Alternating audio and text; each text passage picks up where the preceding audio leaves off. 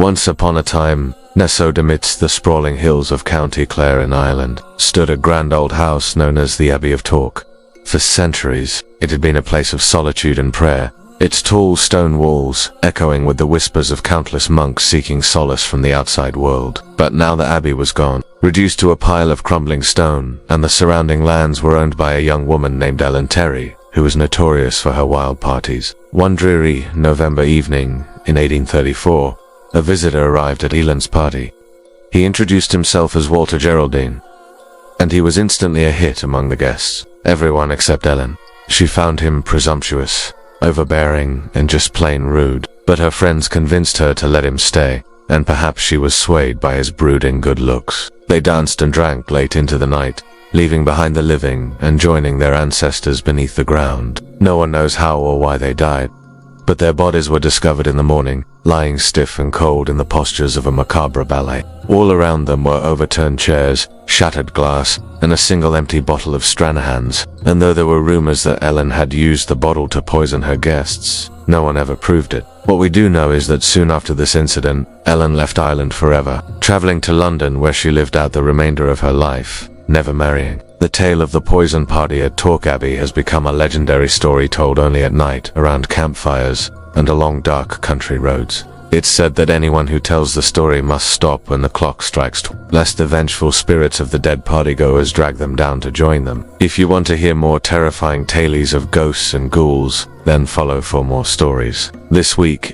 story is based on folklore so disturbing that it's not meant to be told at night, let alone before bedtime. So, turn off the lights, snuggle under your blankets, and listen closely.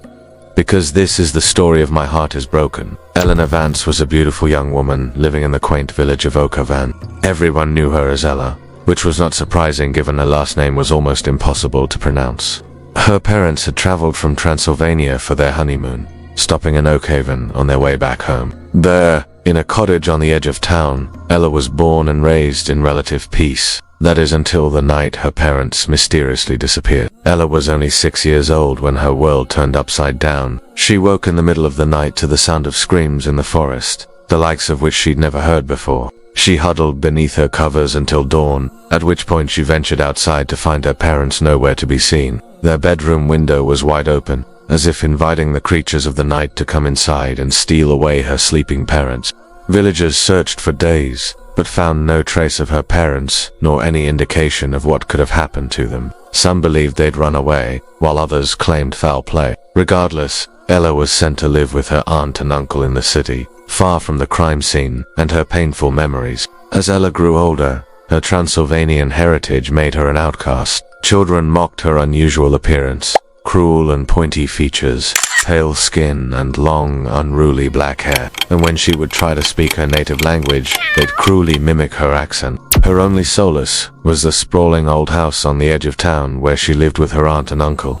The house was filled with her parents' belongings, each object whispering memories of happier times. One night, while exploring the attic, Ella came across a hidden compartment containing her parents' journals. As she began reading their faded script, she realized with a start that the entries from the night they vanished were written in a language she somehow understood. And what she read chilled her to the bone. Her mother wrote of disturbing dreams, of shadowy figures lurking at the edge of their vision, and voices calling to her in the night. Her father spoke of strange rituals taking place in the nearby woods and of sacrifices made beneath the light of the full moon. The final entry was from her mother, detailing how her and her husband had decided to flee Oakhaven and seek refuge in the city. But in the middle of their escape, something had startled them in the forest. Her parents had abandoned the carriage and fled on foot, promising to meet in the morning at the rising of the sun.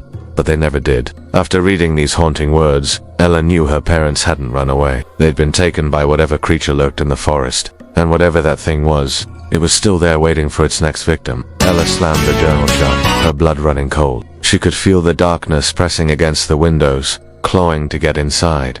Then she heard it. The sound from her childhood nightmares, the creatures calling once more. Terror lent her speed, and she fled downstairs, bursting through the front door and racing into the night. She didn't dare look back, not wanting to give whatever was pursuing her the satisfaction. And as she ran, she swore she could hear her parents' voices calling out to her from the trees. When she finally stopped, panting and trembling, She looked back to see a dark shape standing in the clearing behind her. In the moonlight, it took on a more solid form, becoming a man with skin like ash and eyes that burned like hot coals. His lips curled into a smile, revealing teeth that were just a bit too sharp, just a bit too long. With a graceful movement, he stepped forward. "I've been expecting you," he rasped, his voice like gravel grinding on bone. Ella screamed and turned to run, but the creature was faster. It reached out, its touch freezing her like ice water. "You can't hide," it hissed, its hot breath on her neck. "And now I'm afraid it's time for you to come with me." As the creature dragged her toward the waiting darkness, Ella realized it wasn't just her parents it had come for her all along. Now, as she struggled against his icy grip, the creature leaned close, its eyes boring into hers. "Don't fight it, child," it whispered. "You don't understand what I can do for you." With that, it vanished, reappearing beside her moments later. "Here," it said, extending a hand. "Let me show you." When Ella awoke, she was lying in a field of wildflowers, the warm sun on her face, and the sound of birdsong all around her. But the most peculiar thing was that the creature from her nightmare was kneeling beside her, cradling her hand in his. His eyes, which had burned with such hatred before, now held a tenderness that both frightened and intrigued her. She whispered, "Why have you brought me here?" The creature looked at her for a long moment without answering. Then he stood up, brushing dirt from his clothes. "I am what you fear," he finally said, "and I have brought you here because I need your help." As he explained his plight, Ella learned that his name was Lucian, that he was an immortal being cursed to wander the earth for eternity, forever hungry and forever alone. He told her how he'd watched her grow up, how he'd listened to her thoughts, and how he'd planned to claim her as his own. But now he needed her help to break his curse. To do so, he needed her to drink from a vial filled with her own blood. At first, she refused, disgusted at the thought of drinking blood. But Lucian persisted, telling her that this was the only way to end his torment and set him free from his curse.